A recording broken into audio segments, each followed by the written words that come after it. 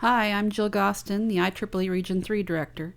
This is one of several member-focused modules which give insight into the multitude of benefits and opportunities that IEEE offers beyond local activities. These include things like publications, IEEE Eta Kappa Nu, public policy, educational resources for members and their families, just to name a few. These recorded modules were initially offered live, but were also recorded to be able to reach as many of our members as possible. We will continue to build on what is offered here. If you have suggestions for additional content, please leave a request in the comments below. So welcome everybody. Sorry about some of the things we've had to talk through to get this set up, but I'm glad to have you here tonight. As you are probably aware, we have been doing a series of webinars on the broader scope of IEEE, and tonight I'm excited that we have IEEE USA here to talk to us. For those that you know that aren't able to attend tonight, we will have these recordings on our YouTube channel, so they can watch them later and they'll have access to slides. And just want to give a quick introduction to the people that are going to be talking tonight about IEEE USA, how they can help each of us individually as members. And that's, they have directed this talk specifically based on what I asked for, which was for these broader scope webinars, I want them to really focus on what each of these groups do for our members, so that this is focused on the member and what the value is to the member. So tonight we're excited to have Jim Conrad here. He is the current IEEE USA president, one of our own Region 3 members and one of our former directors. Kate Duncan, who is the IEEE USA president-elect. Will Robinson, the vice president for government relations. Brendan Godfrey, who is the Vice President for Communication and Public Awareness, and also Mark Torres, who is also from Region 3 on our Section Support Committee, and he is the Vice President for Career and Member Services. So thank you all for being here tonight, and I look forward to hearing what you have to say. And I would like to welcome you all to learn a little bit more about what IEEE USA is, how we can help you, and also how you can help us. And next slide. All righty. Or did you say I can control these? Oh, There you we'll go. do that. So just as a quick background, IEEE USA was formed in the 1970s, specifically requested by U.S. members because they wanted to know, or they wanted somebody to specifically represent them for issues that were very U.S. centric.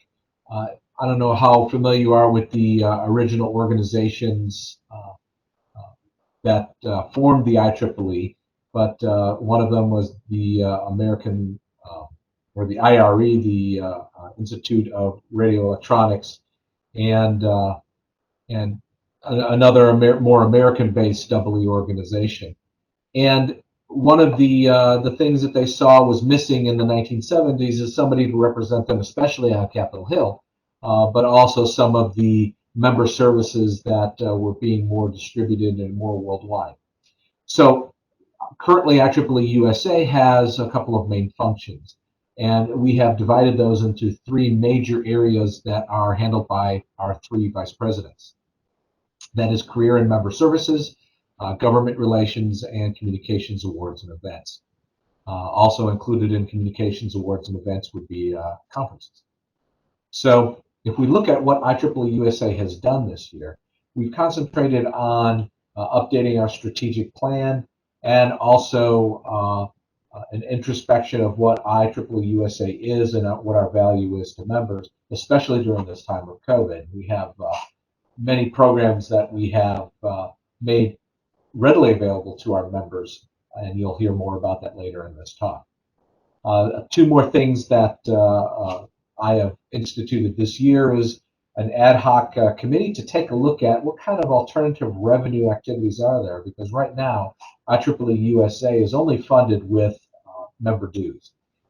And every year, or recently, 47 of your dues dollars goes directly to IEEE USA, unless you're a life member, and then of course you pay no dues. I also have an ad hoc forum to take a look at local government relations.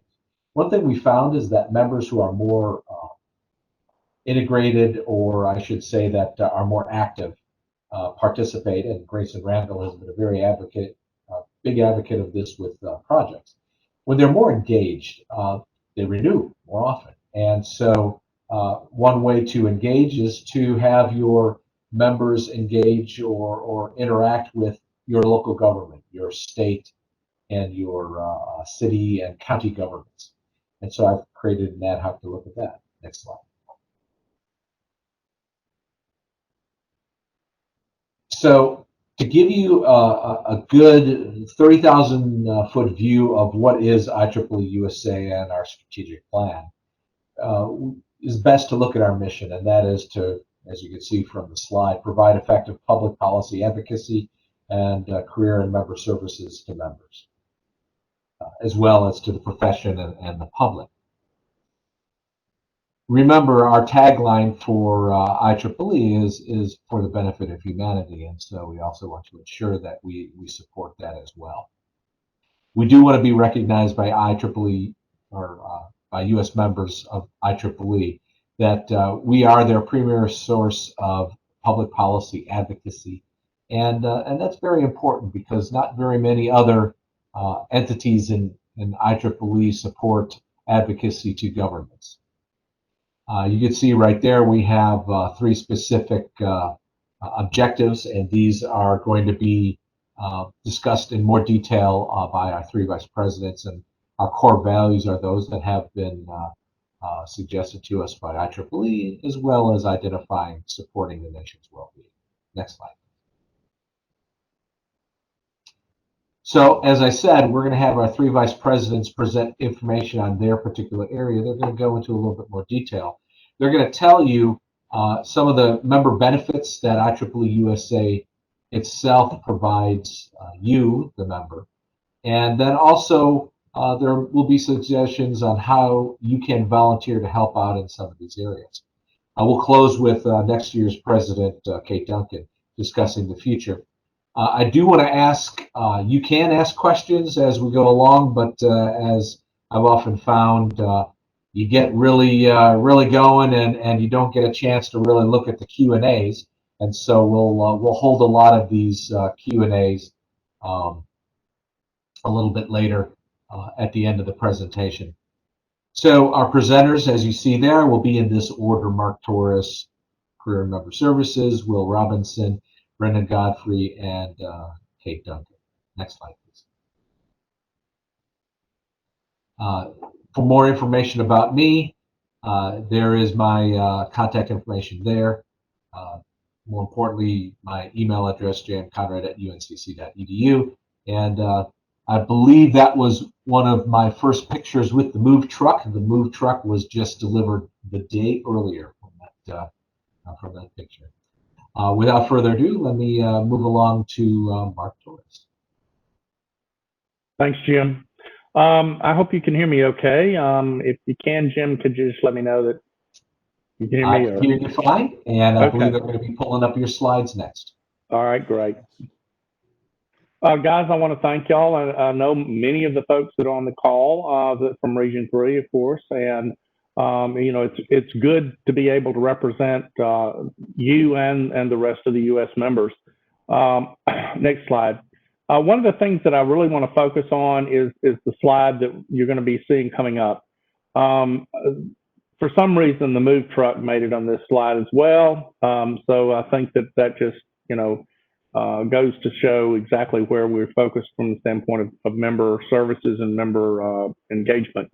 And that is one of the core things that I've been focused on this year is member engagement, because, you know, from the standpoint of the mission and vision, the main thing that, you know, we're looking at is career and member services is fostering innovation and excellence. Now then, from the standpoint of vision, we want to be the premier source to IEEE US members for services that promote lifelong career vitality. And I want to emphasize that because that, to me, has been the focus of where I've been putting most of my energy this year. And you'll see that, I think, in the following slides. to that end, there are 3 committees that I have within the organization. The first is the one that's focused on member and career vitality. That is the Career and Professional Development Committee. And we do a great deal of work around providing webinars and services to members on improving their life cycle, of the career life cycle. We have a consultant network. Charles Lord is your representative to that committee, and so we do have strong representation there. And then Glenn Parker from Huntsville is the licensure and registration chair for the L&R committee.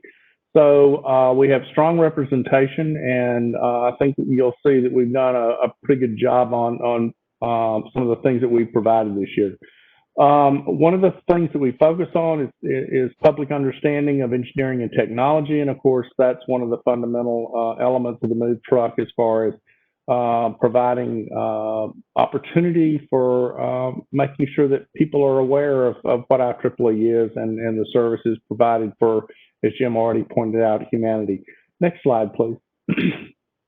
So one of the things that we're looking at for the 4th quarter, and this is really where we're going for the remainder of the year and really for next year, because a lot of the work that we're doing is prep work, preparing for what we're going to do in 2021.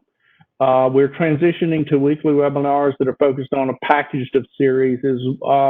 And one of those is Career as a Business Enterprise. This will really be rolling out next year, but it basically focuses on how does a young engineer become familiar with what it is that is making up a business enterprise, and to the other extent of that, how to apply that to his own career and to him personally. So financial planning, understanding, the C-suite and how it fits in, what he's got to look at from the standpoint of marketing. Most of these things engineers are not that familiar with. So we're digging into those things, and we feel very good about some of the things that we have got planned for this. We've also got some student-focused virtual events and series that we're working on. And then the other bullet down there is in case you missed it. So we're taking and promoting our recent webinars, and you'll see that in the next slide. But we're also increasing collaboration with our partnerships with other IEEE entities, and also some entities that are outside IEEE. So if you'll give me the next slide, I'll go on to that, and that'll really get into some of the meat of what Kate was asking about. And that is some of the things that we've provided this year specific for our members. And these are a group of COVID-specific webinars. I want to emphasize that.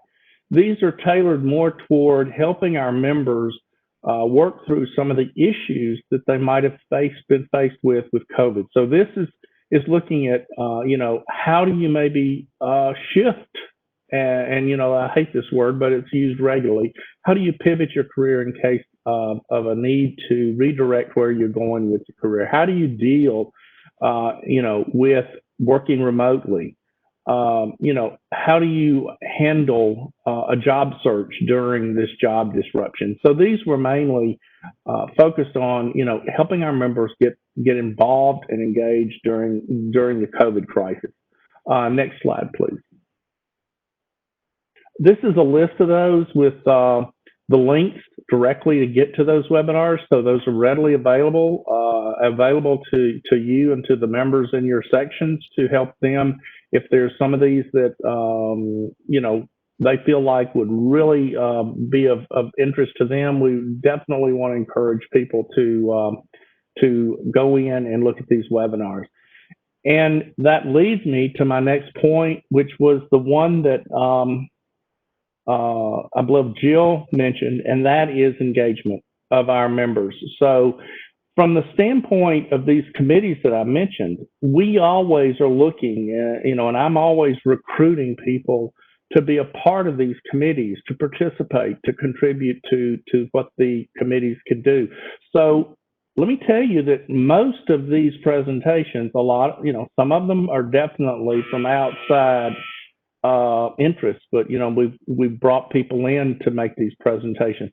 But a lot of this is led by, and we couldn't do without the assistance of members. And that's where if you want to engage, that's where you can jump in and be a part of this. Next slide, please. The next slide deals with other webinars that we've had. We've had some really interesting things that I think you'll find a great deal of value. I'm going to call out several that I think you would might want to look at. In the lower left corner, you'll see leadership in a Six Sigma. That's one of our committee members. And he is currently working on the project related to your career as a business enterprise. We've also got Christopher Sanderson. He is the next guy over with Who Moved the Cheese.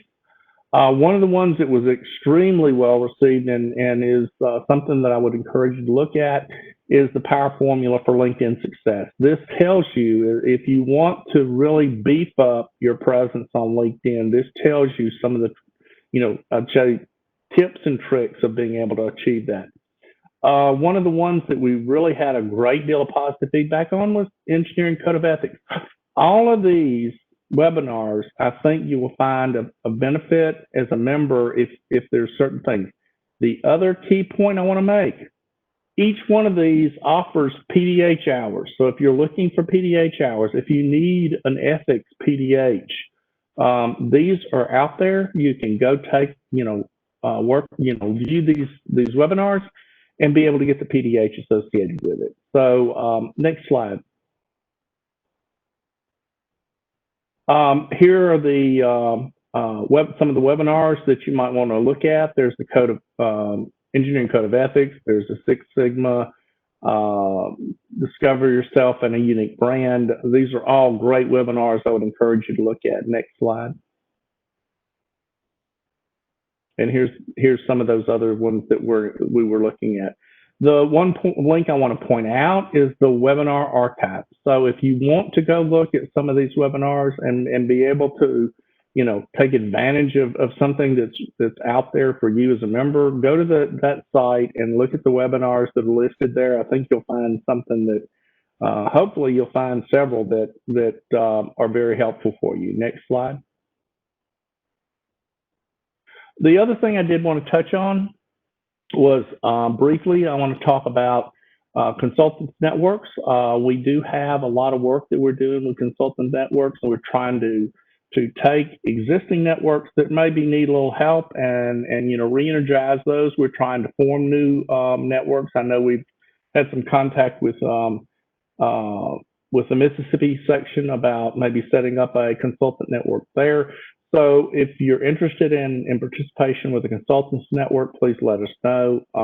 There's a lot of good material there, and we are also having some webinars related to establishing a consultant network, how you, as a consultant, what is it that you need to be looking at? How does a new person start out as a consultant? What are the things that they need to avoid? Tips and tricks, things like that. So I would encourage you to, if you're really interested in this, reach out to us and let us know. The next slide deals with the L&R committee. It's as you may or may not know, people such as our own Greg Bond sit on the committee that writes the PE exam questions, as does Glenn Parker. These guys are critical to making sure that we keep those PE exams current, and they're in the middle of transition to a computer-based testing, and those are some of the things that this committee works on. I believe that's my last slide, and the next slide is going to be just me reinforcing that, we want to be your premier source to IEEE US members for lifelong career vitality. So if there's anything that we can help you with, let us know. If you would like to be a part of this, let us know as well. The last thing that I want to say is I want to plug, and thank my two staff people. I've got two guys that work with me in IEEE USA in Washington. I would not be, able to achieve anything near what I'm doing. So David Imes and Daryl Griffin are key to my success with what we've been able to do this year. And we also wouldn't be successful without our partners, and that's Brendan's, Godfrey's team, the communications guys.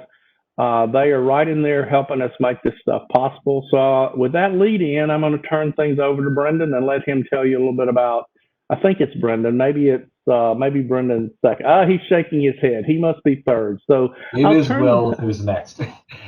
So I'll turn this over then to my good friend Will, and let Will take it from here.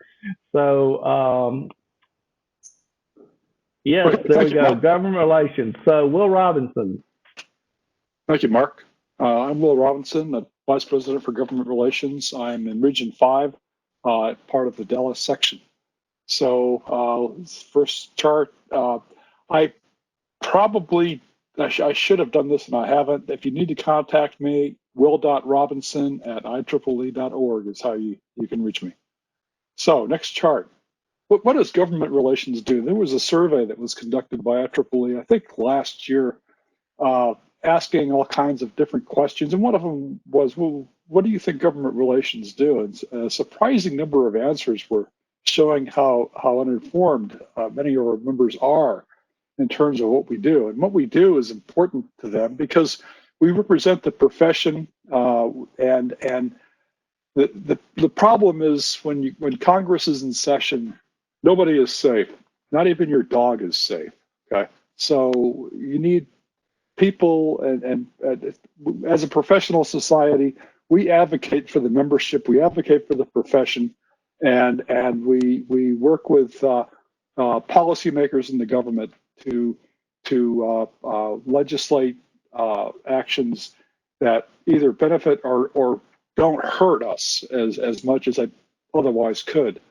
So issues that we address include skilled immigration reform, national energy policy, research and development, workforce, STEM, intellectual property, entrepreneurship, and you can see a list of all these priorities at the IEEE USA website. We have professional lobbyists that work the Hill with legislators and their staff, and to try and influence policy and legislation that will benefit our membership at large. And we also encourage and facilitate meetings and communications between our members and elected representatives. Either our members want to talk with their elected representatives, or our elected representatives are trying to get their head wrapped around some technology like quantum mechanics that it's hard to understand, and they'll ask for a subject matter expert to come in and provide some layman's explanation in terms of why this is really a transformational technology for this century. It's been maybe one of 3 or 4 that you can anticipate happening this century. That's one of them. And we also work with other organizational units within the IEEE, like standards and that sort of thing, as needed in terms of the interface with the legislators to work policy issues. And we also, to an extent, we also do this with the states on an as needed basis. We advocated for California with the legislation associated with this Uber case, where California legislators wanted Uber drivers to become employees, and that also translated into consultants that consult. They determined they should be employees too. So it really opened up a lot of work that we had to get ahead of to address it on behalf of the membership. Next chart. So let's see. So what we do also, we have a group that a committee, if you will, that manages members, provides opportunities for members to take on a 1-year fellowship with the government to act as advisors to the U.S. Congress, to the U.S. Department of State, or the U.S. Agency for International Development. We also work with the administration to some degree, and typically we'll sponsor 2 to 3 engineers a year. As it turns out, we have 5 this year. We have 3 that we're bringing in, actually 7. We have a couple. We had 2 others that we had some additional funds we were expending. We had 2 others that are actually doing a second year. One is also doing a sabbatical that was supported by his institution. So, this is an investment because these members typically come back and actually serve in other capacities within IEEE for really the remainder of their careers in many cases. And there's an active link to a report from a recent fellow on his year working in the Senate that is on the Insight. I think it was published last week. And then each year we also sponsor a student member. Actually, there's 2 of them. One for IEEE USA, I think one from the foundation, for Washington internships for students of engineering. And we team with other professional societies, and we end up sending between 8 and 15 students to Washington for a 9-week program where the students will work with work policy, advocacy with the staff in Congress, the administration, and other federal agencies. Next chart. So our staff, by how long they've been around, is Russ Harrison. He's actually the director, my counterpart in government relations. Erica Wislick, who is working with Russ as a lobbyist, and James Savage is a lobbyist. Eileen McNall works areas such as energy and R&D and not artificial intelligence. And then Kayla Henneberry, who is brand new, is coming in as a replacement for someone who had retired last July. Next chart. Okay, so the committees that we have about 11 committees total. We have the Government Relations Council, which is the steering committee for the things that we're doing in government relations. And then we have other policy committees that provide policy position statements so that our lobbyists, when they go to the Hill, they've got something in hand that's endorsed by the membership and approved by the IEEE USA board and also the GPPC. And it's been fully vetted, fully edited, and they're also located on the IEEE USA website. So we have the Artificial Intelligence and Autonomous Systems Policy Committee, Committee on Communications, Transportation, Aerospace, Energy Policy Committee. They actually had a meeting today. They meet about once a month. Entrepreneurship Policy and Innovation, the WISE, Intellectual Property Committee, R&D Committee, Fellows Committee, a Diversity Task Force, which we're trying to get started, a Local Government Relations Committee, and a Workforce Committee. And we use these committees to develop the position statements that are used to help influence government policy and legislation.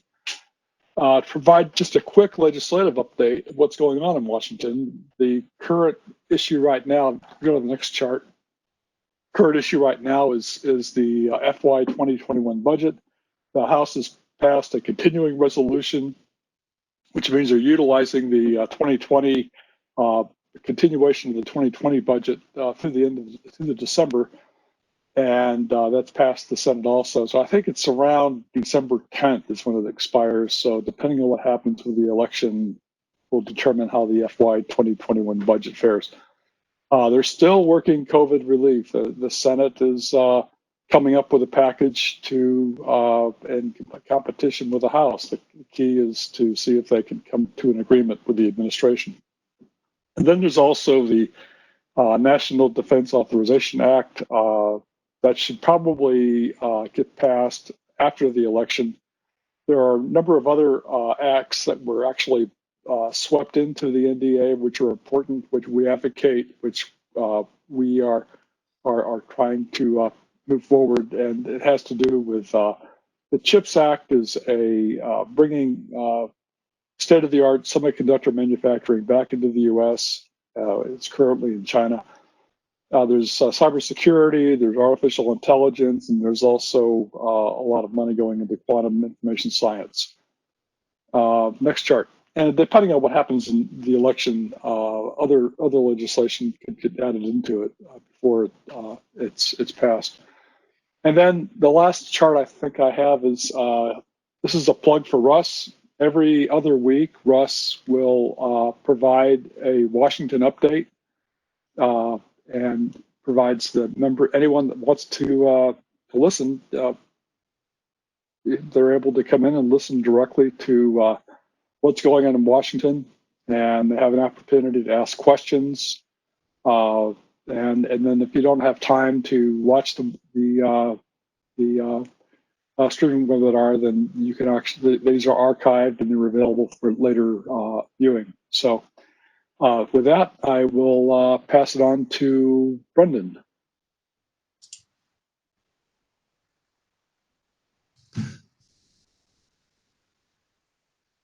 Well, good evening, everyone. It's a pleasure to be here and be able to talk with you. As the title says, I'm responsible primarily for communications, but also for our awards programs and for a few events. I should mention at the outset that this briefing is full of links. I hope you download it so that you can click on the links, because many of them are embedded inside pictures, and so you can't just read them off the screen, I'm afraid. Besides, you wouldn't have time to write them all down anyway. Can I have the next slide, please? Let me begin by simply saying that John Leginski, who's the chief staff member for communications, is very busy producing a whole host of products that I hope you're taking advantage of. Our website, of course, our Insight magazine, social media. I'm not going to read all these out. I'm going to describe a few of them. Our primary purpose is to support the public policy program and the career and member services program that you've just heard about. But as I say, we also worry about awards programs and some events. So a wide range of activities. What are our goals? The specific things that we're trying to do this year and next are to enhance IEEE USA visibility and also to encourage feedback. We're reasonably good at talking. We want to improve our ability at listening. Also, we want to increase our award nominations. We've done quite well in that regard, and I'll say a little bit more about that later. And we're exploring new conference partnership opportunities. I welcome suggestions from any and all, and my email address is easy enough to remember. And I do hope that you'll send me some thoughts after you've heard the presentation. Next slide, please. Let me begin by talking about Insight, our digital magazine. It has hundreds of articles. They're all free. They're short articles, typically a 5-minute read. They cover a wide range of activities: career development, leadership development, social skills, book reviews, awards, just a whole range of things that you might be interested in learning about. And there's the address, insight.ieee.org. We also put out a monthly email that tells you the new articles that have come out, and there's typically a dozen or more articles. You should be receiving that automatically, but if you are not, then just go to that link there and you can resubscribe to it. We're always looking for people who would like to be authors and possibly even editors of our Insight magazine. So if you're interested in being on any of those committees, again, please send me an email. Next slide. We publish a large number of ebooks and audiobooks. They're in high demand.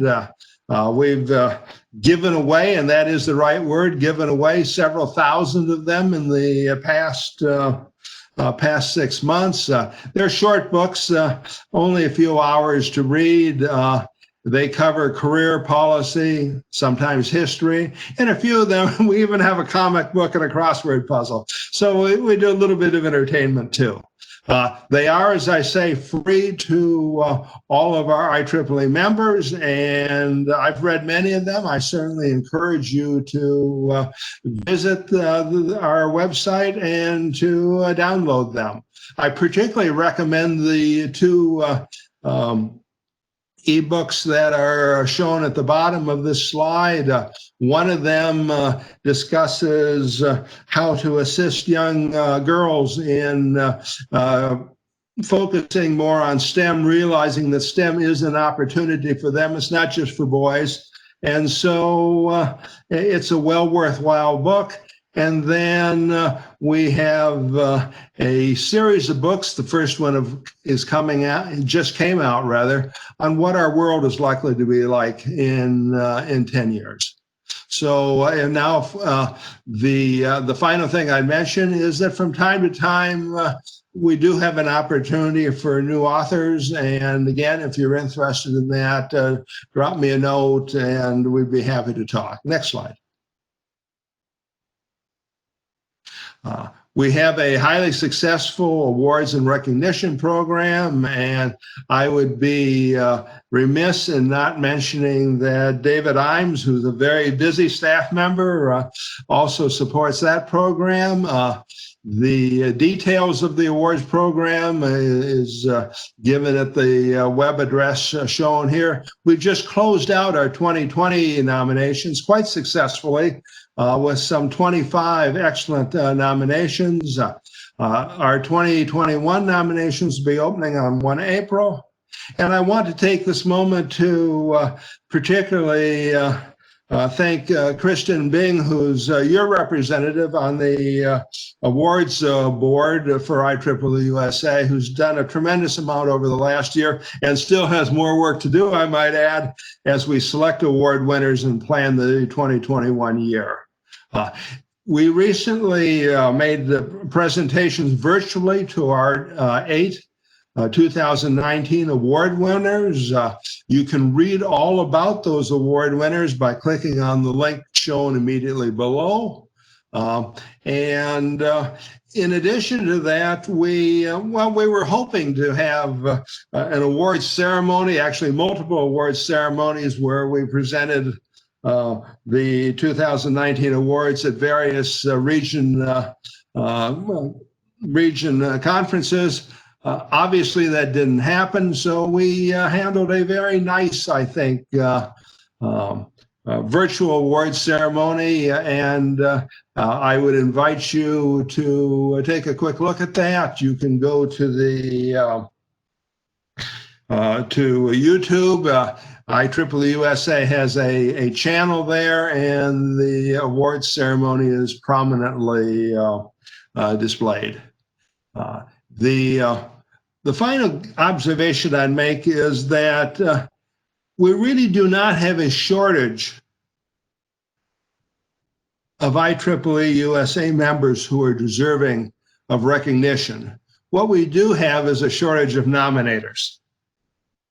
And so I really beseech all of you, don't let your outstanding colleagues go unrecognized. It only takes several hours to really make a lifelong difference for one of your deserving colleagues. So come April 1, please do go to our awards page and nominate someone who's particularly deserving. Next slide. We mostly assist and co-sponsor a number of conferences and events. We provide sponsorship, social media promotion, online assistance, and we try to have a booth there whenever possible. Those of you who were at the Region 3 conference last year will remember that IEEE USA was well represented. We also, from time to time, conduct career development conferences, various social functions, and we're looking for partners to spread those social functions across the country. And once again, we're looking for new ideas. And if you have some new ideas, some things that you feel that we ought to be doing that we're not, please drop me an email. One thing that's going on right now is the USA Science Festival, which also, as you might imagine, is virtual this year. We do have an electronic booth there. You can see a picture of the booth on the upper right-hand corner. See a video that Corey Ruth put together, how to build a flashlight from spare parts. And so I would encourage you, if you have a few minutes, to take a look at the Science Festival and particularly at our booth there. Next slide, please. Finally, I want to encourage you to keep up with what we're doing at IEEE USA. We're well represented on 6 different websites, social media sites that are listed across the top there. And if you have a live version of my view graph, you just click on one of those symbols and up will pop our homepage on each of those social media sites. I encourage you to look at those sites, see what we're doing, see what's going on. And we all know how social media sites work. If you like our articles, they will get out to more people. So please, if you're looking at the articles, click a like or a heart or an applause or whatever grabs you. We have an excellent, recently updated IEEE website, IEEE USA website, easy enough address to remember. And all the webinars you've heard about, you can go to the address shown there, careers, webinars, and look both at what's showing in the future and what has been shown in the past. Or if you just want to skim webinars, you can go again to our YouTube channel and look at all the webinars we put out in the last few years. And finally, let me give you again our digital subscriptions page. We've recently consolidated all of our links to subscribing to 5 different newsletters. You can learn about the career and member services activities, about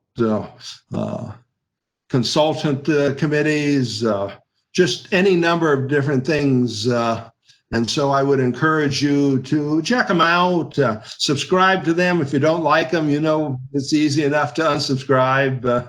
Just click the unsubscribe link at the bottom of the page. But give them a chance, see what's there, try to take advantage of all the good things that we're trying to present to you. And that concludes my remarks. Thank you very much.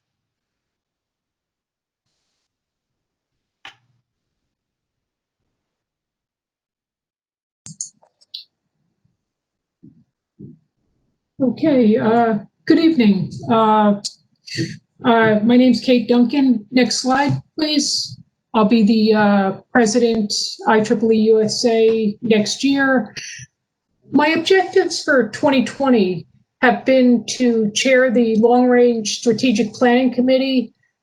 This activity, Jim Conrad appointed me as the chair of this committee, and the task was really to dissect the IEEE USA strategic and operational plan and basically decouple them. Look at the strategy we had and come up with some real operational goals. And as the chair, we had the 3 VPs and a few of the region directors on this committee. One of the other activities I conducted this year was to support the Government Relations Council and really get a better understanding of what we do, because we, as you saw from Will's presentation, we do a lot in terms of government relations. And then the third focus this year has been on the ad hoc subcommittee for new revenue opportunities. And I'll talk a little bit about the Cyber Grand Challenge at the end. Next slide, please. So as Jim had shown the strategic plan, we put it in a nicer format so that we can kind of just bring it up and it's quite clear what our mission and our vision is. We've focused it a lot more. We want to basically highlight what we will do in terms of promoting public policy, providing career and member services, and then also, provide timely, useful information to our members. And you'll be seeing these slides on the IEEE USA website soon. Next slide, please. So what we did is we looked at each activity that we do within IEEE USA, and we created a framework as well, a strategic plan. We also created an operational plan behind these.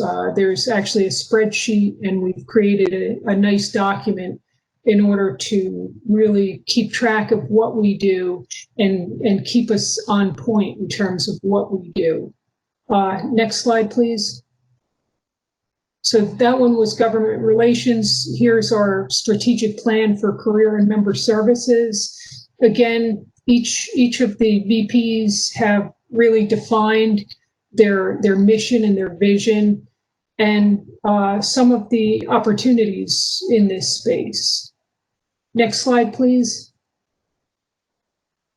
And also communications has come up with a strategic plan in terms of a very well-defined mission and vision. And how are they going to operationalize this? They've come up with a few bullets in terms of how they plan on achieving their mission and vision. Next slide, please. So my 2021 goals really are to action and track our strategic plan.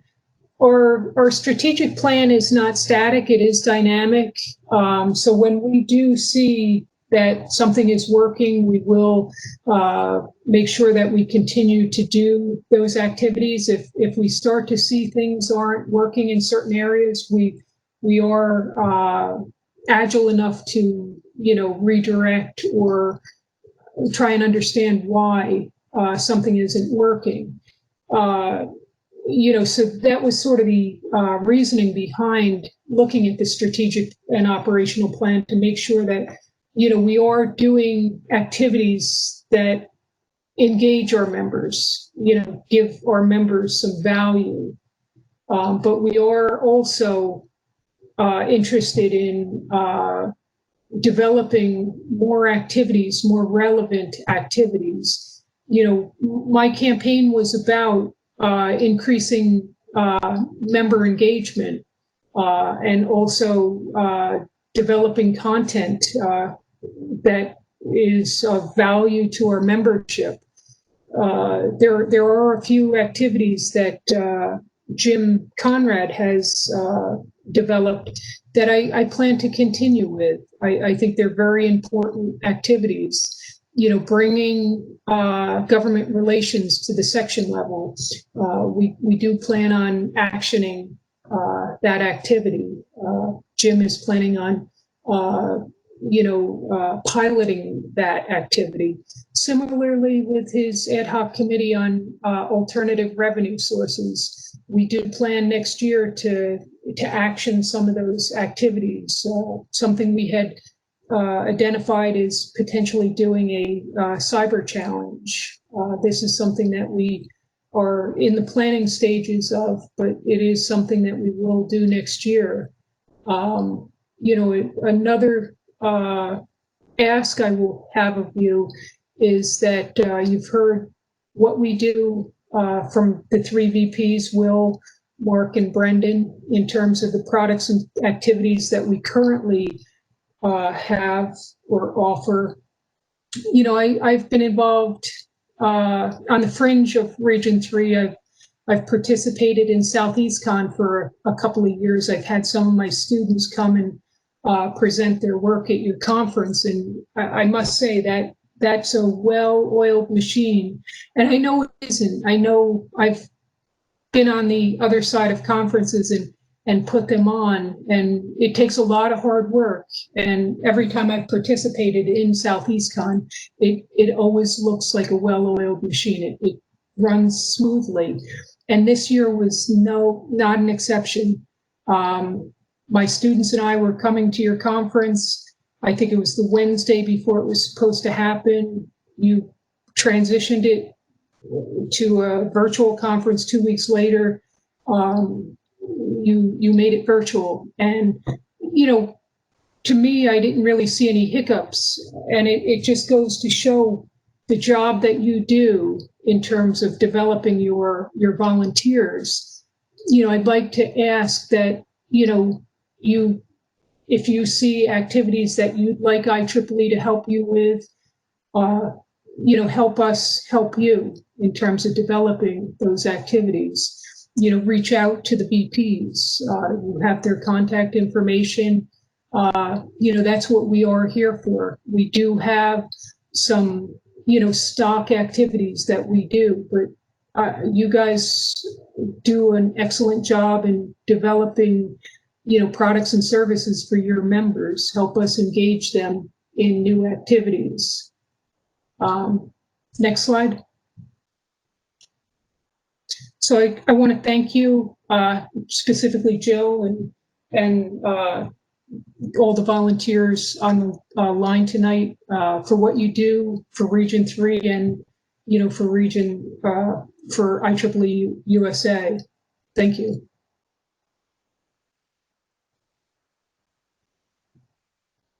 All right, thank you very much for all of your comments. And one thing I would also like to do is congratulate Deb Cooper. She has been elected to be the IEEE USA president for 2022 to follow Kate. Deb will be talking with many of you in the future. You'll probably see her at virtually or live at future Southeast Cons. With that, I would like to go ahead and answer questions that we will answer questions that you have. I'm looking at the Q&A box and I see no questions yet.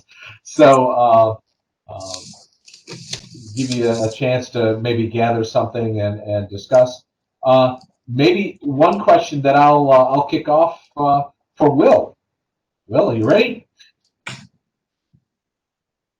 So, will we have a Congressional Visits Day next year? And if not, do we have any plans for virtual activities?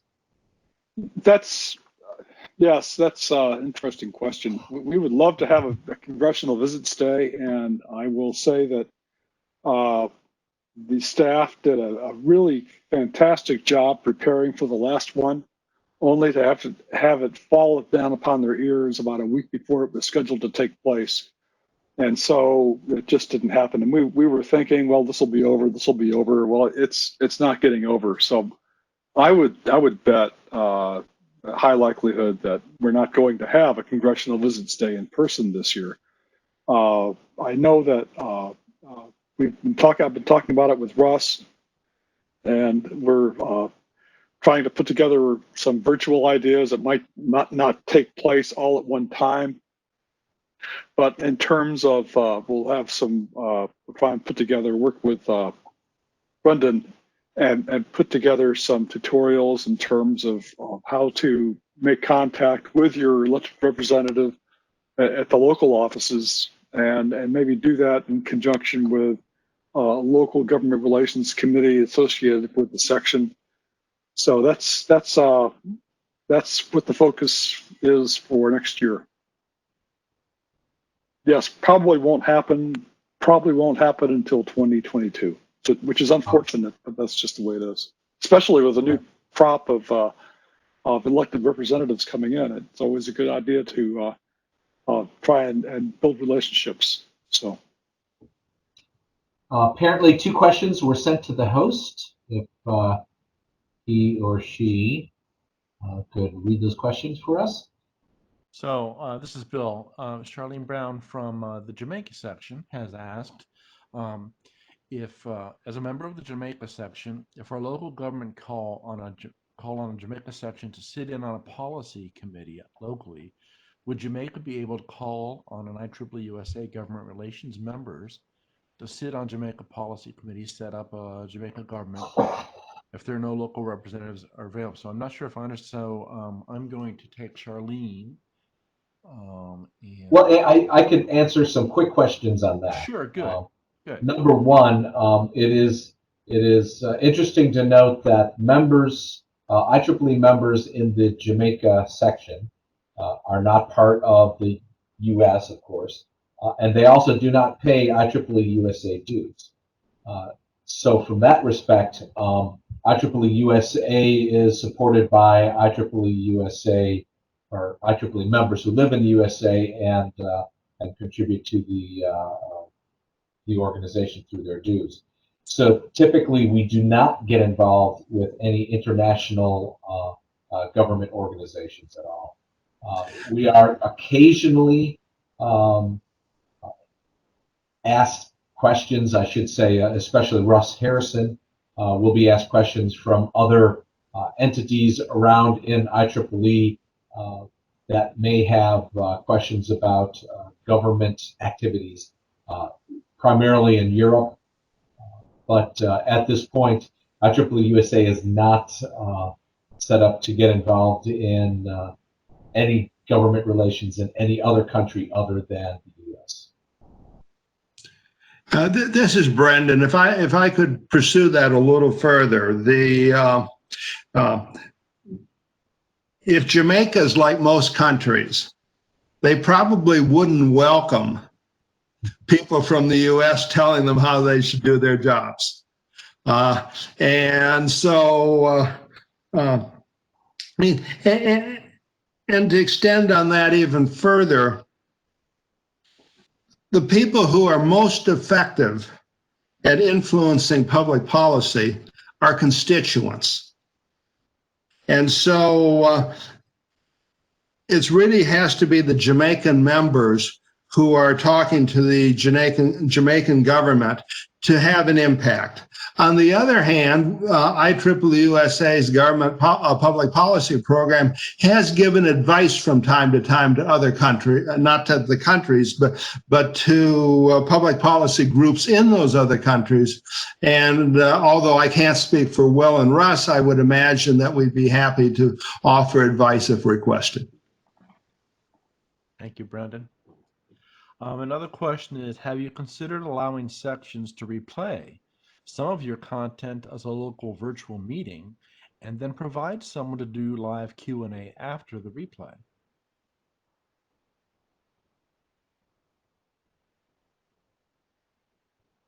So, Jim, do you want me to take that? Yes, please. So we regularly try to publicize the fact that these webinars are available, and they make excellent material for a section meeting. And we encourage sections to use those YouTube videos and as section meetings to have a discussion. If they would like to have someone sit in and participate in like a panel or to answer questions, I think we can arrange that. But we definitely encourage the sections to use the IEEE USA webinars as a section event. Presumably also, we wouldn't mind allowing sections to utilize the talks that we've just given here. Yes, in fact, those will be available to the sections to use if they want. There are no more questions typed in. Looks like there's one in chat. Is there one in chat? I see. All right, another question in chat. Is IEEE USA looking at conferences or workshops for practicing engineers? IEEE leads the world in academic events and publishing, but non-IEEE entities still lead in events for engineers and industry. Can we do better? I'll start with this, and I'll let others chime in. In fact, if you look at IEEE USA, our workshops and webinars right now are almost all exclusively for practicing engineers. There's nothing that IEEE USA does that is very little, I should say, that is specifically what one would consider is academic publishing, academic articles. Now, we have in the past run some workshops and conferences that were very professional development oriented or technology development that were not really paper publishing conferences or workshops.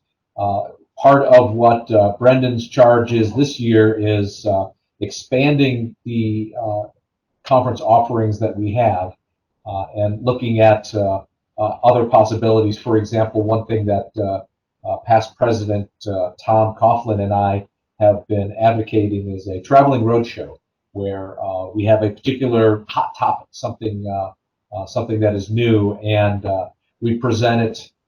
Experts actually participate and present it at a one-day workshop. But part of that one-day workshop is to allow engineers hands-on activities using the tools. When we're finally allowed to do that because of COVID, this may be one of the activities that we go forward with. Brendan, you want to add anything else? Okay. Thank you, Jim. Another question that's typed in is what volunteer positions are open. Perhaps you could address how one should contact if they're interested in being a volunteer, or where they can find a list of questions. Well, I can certainly respond to part of that question. As I pointed out during my presentation, we have about 11 committees. And although I didn't say it during the presentation, we're always looking for new members to participate in these committees. The Energy Policy Committee is composed principally of people that work in energy. And so we're looking for knowledge-based people that can actually participate actively in policy. Not to say that we wouldn't be interested in having students get involved that actually utilize for networking purposes, mentorship. There's all kinds of opportunities and payback to the member.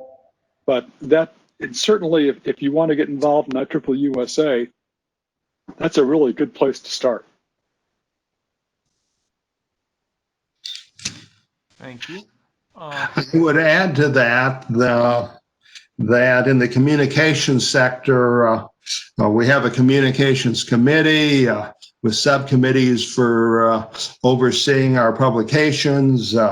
We have a new conference committee that's just getting organized. Of course, the awards committee. So there's really no shortage of opportunities. Mark, I know, has several committees as well. And just as this question was asked, it occurred to me, we've got these opportunities sort of advertised, but they're scattered all over our website. And maybe I should make sure that we get a single web page that gathers all the opportunities together, and I'll look into doing that. Thank you. I do note that Mark Torres is putting some information in the chat for all. There are two more questions anyhow, Jill, that have trickled in. I'll let you decide when you want to cut things off or continue. If the IEEE USA people are willing to stay on and answer a few more questions, we can go with answering the two that are out there. All right, very good. I don't see anyone squirming in their chair yet. So the next two, which organizational unit makes policies for life members? I guess I don't really understand the question. I think I can answer that, Jim. There's a life members committee that reports to the MGA board. Okay. So they would recommend policy that the MGA board would then be presented to the MGA board, which would probably then have to go in front of the IEEE board also. Depends on, exactly what we're talking about. How big of a policy is it?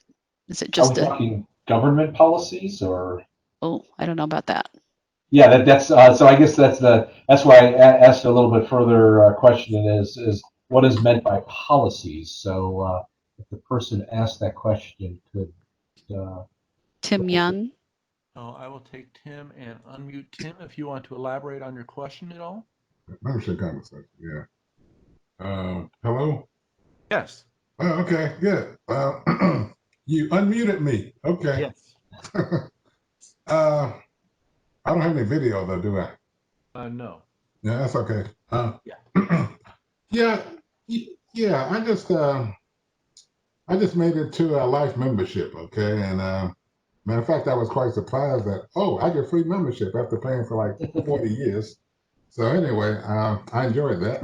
But I noticed I got a couple of society memberships as comp. Okay, signal processing, which I've been in forever, and computer. But I, I was just wondering who decides, which ones that you get as comp versus otherwise. That's all. Okay, so I could kind of answer that, and Jill could correct me if I'm wrong. But if you became a life member for this year's membership, 2020, what I have heard is that all of the society memberships that you were a member of and paid for in 2019 are going to be free for 2020 and for the rest of your life. However, if you signed up for new ones for the membership year 2020, then you would have to pay for those forever. So it's only those that were, I like that Will's getting a whine as he's doing this. Those that were not new, you continue on. Does that sound right from what you've heard? David might know that as well. David Green and Jill might know that as well. My understanding is that you have to have been a member for 5 years. 5 years. Paid Okay. for 5 years, and then you have it for the rest of your life. And I think the same holds true that if you join now and paid it for 5 years, then after 5 years you would have it free. I can look that up and get back to you. It's Tim, right? Yeah. Tim, yeah. Thank you, Jill. And If Dave or anybody else knows the answer. I'll pass on this one last question. It seems like a reasonable one to end with. It says, apologies if you mentioned this already, and it might not be an IEEE USA question, but a questioner asks, I'm wondering if you have a plan for membership costs for this upcoming year due to COVID. We wouldn't want to lose too many members. Thanks.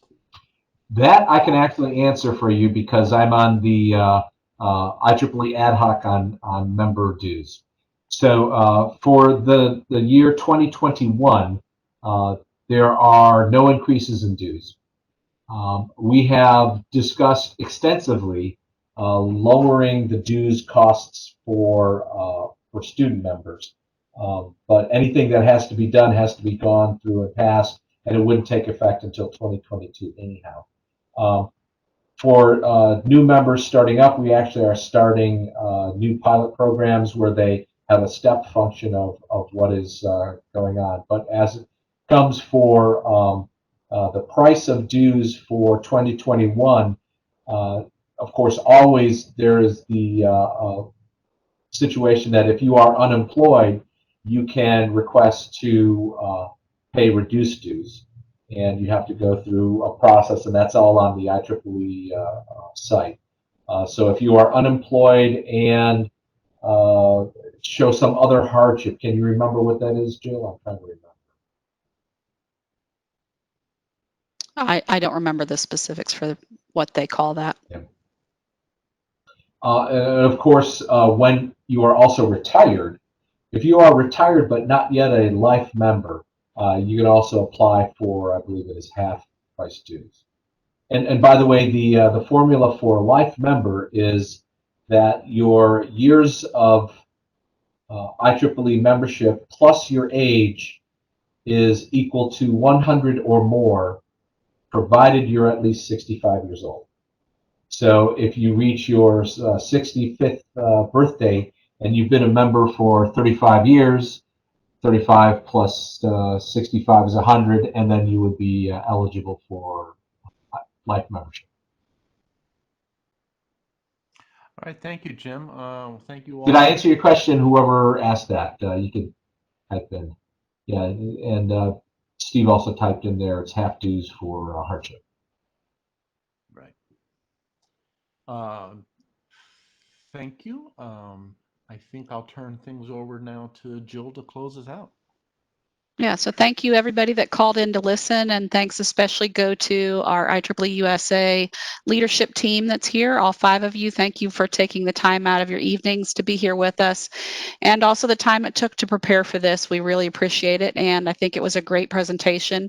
And I'll just remind everybody that it will be on our YouTube channel, and you will have access to the slides if IEEE USA does provide those slides to us.